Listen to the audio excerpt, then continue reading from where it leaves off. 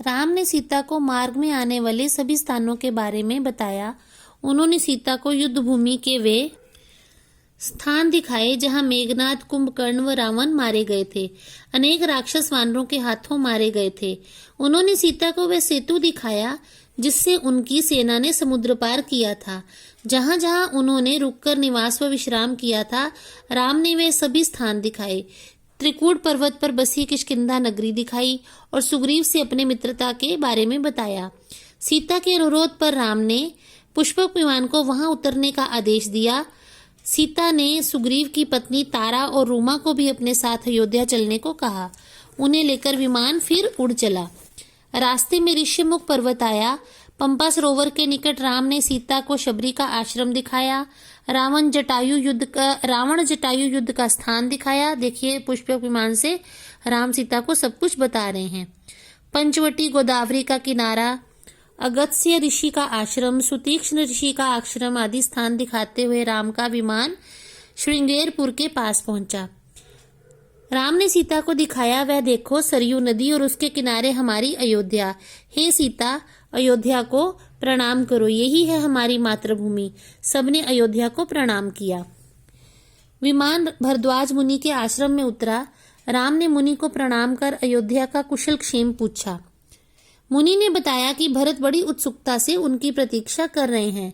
मुनि ने उस रात राम से वहीं रुकने का अनुरोध किया। राम ने उनका आतिथ्य स्वीकार किया। राम ने हनुमान से निवेदन किया कि वह उनके मित्र निषाद राज गुह और भरत को उनके आने का समाचार दें।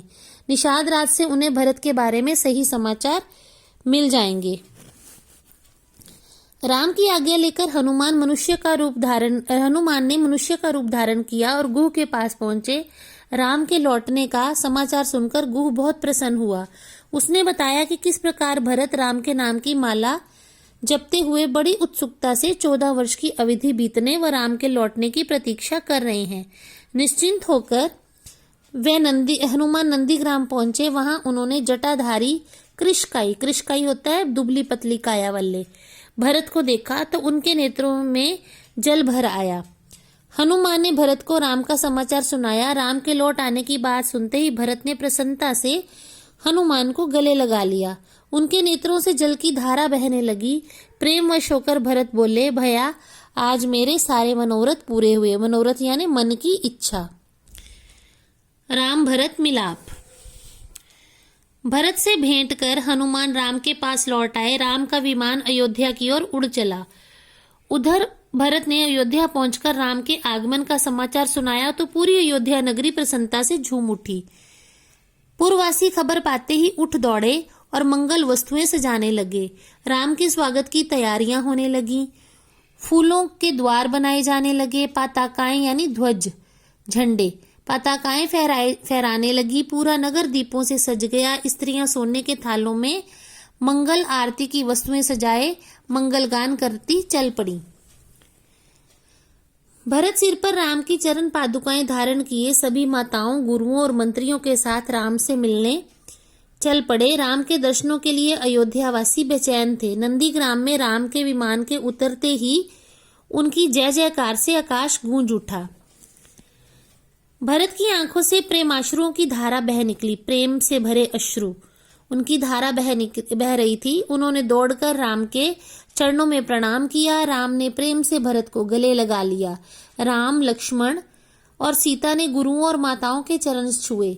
माताओं ने उनकी आरती उतारी। भरत ने सीता के चरण छुए और लक्ष्मण को हृदय से लगाया। शत्रुघ्न ने राम के चरणों में प्रणाम किया। राम ने शत्रुघ्न को गले से लगाया। शत्रुघ्न ने सीता के चरण छुए। भरत और शत्रुघ्न ने सुग्रीव, विभीषण, अंगद आदि से भेंट की। तत्पश्चात राम गुरु वशिष्ठ के पास गए और उनके चरण छूकर आशीर्वाद प्राप्त किया। राम ने पुष्पक विमान को वापस कुबेर के पास भेज दिया। रावण ने इसे कुबेर से छीन लिया था। ये देखिए, सभी आपस में मिलाप कर रहे हैं। राम का राज्याभिषेक। सभी ने राजमहल में प्रवेश किया। गुरु वशिष्ठ ने घोषणा की कि कल राम का राज तिलक होगा। राज तिलक की तैयारियां होने लगी। अवधपुरी अति रुचिर बनाई, देवन सुमन दृष्टि झर लाई। राम ने अपनी जटाएं कटाई और स्नान कर सुंदर वस्त्र व आभूषण धारण किए। माताओं ने जानकी जी को भी स्नान कराकर सुंदर व दिव्य वस्त्र पहनाए और आभूषणों से उनका श्रृंगार किया। राम और सीता को स्वर्ण जड़ित सिंहासन पर बिठाकर सर्वप्रथम गुरु वशिष्ठ ने उनका तिलक किया और उन्हें आशीर्वाद दिया। फिर अन्य ब्राह्मणों ने मंत्रोच्चारण के साथ विधि पूर्वक राम का तिलक किया। माताओं ने आरती उतारी और मंगल गीतों की ध्वनि के बीच अपने आशीष दिए। पूर्ववासियों में आनंद की लहर दौड़ गई। देवताओं ने भी हर्षित होकर आकाश से पुष्प वर्षा की।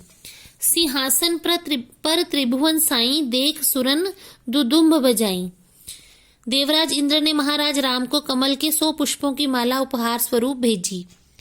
महाराज राम और महारानी सीता ने सबको बहुमूल्य उपहार भेंट किए। राम ने सुग्रीव, अंगद, विभीषण आदि को गले से लगाया। राम ने अंगद को अपने हृदय का हार उतारकर भेंट किया, जिसे पाकर अंगद धन्य हो गया। सीता ने सुग्रीव की रानियों तारा और रूमा को बहुमूल्य रत्नों और वस्त्र उपहार में दिए। सीता ने अपना कंठहार उतारकर, कंठहार होता है गले का हार, उतारकर प्रिय हनुमान को भेंट किया। हनुमान ने आंखों में आंसू भरकर उन्हें सादर ग्रहण किया और पहन लिया। कुछ दिनों तक अयोध्या में रहकर सुग्रीव, विभीषण, अंगद आदि अपने अपने नगर को लौट आए। राम ने उन्हें सादर विदा किया। सादर होता है आदर के साथ, सा आदर, ठीक है, आदर के साथ। राम ने अनेक वर्षों तक अयोध्या पर राज्य किया। राम के राज्य में चारों ओर आनंद ही आनंद था। प्रजा सुखी थी। सब अपने अपने धर्म का पालन करते थे। किसी प्रकार का कोई भेदभाव नहीं था। धरती सदा हरी भरी रहती थी। डर, रोग, शोक का कहीं नाम न था।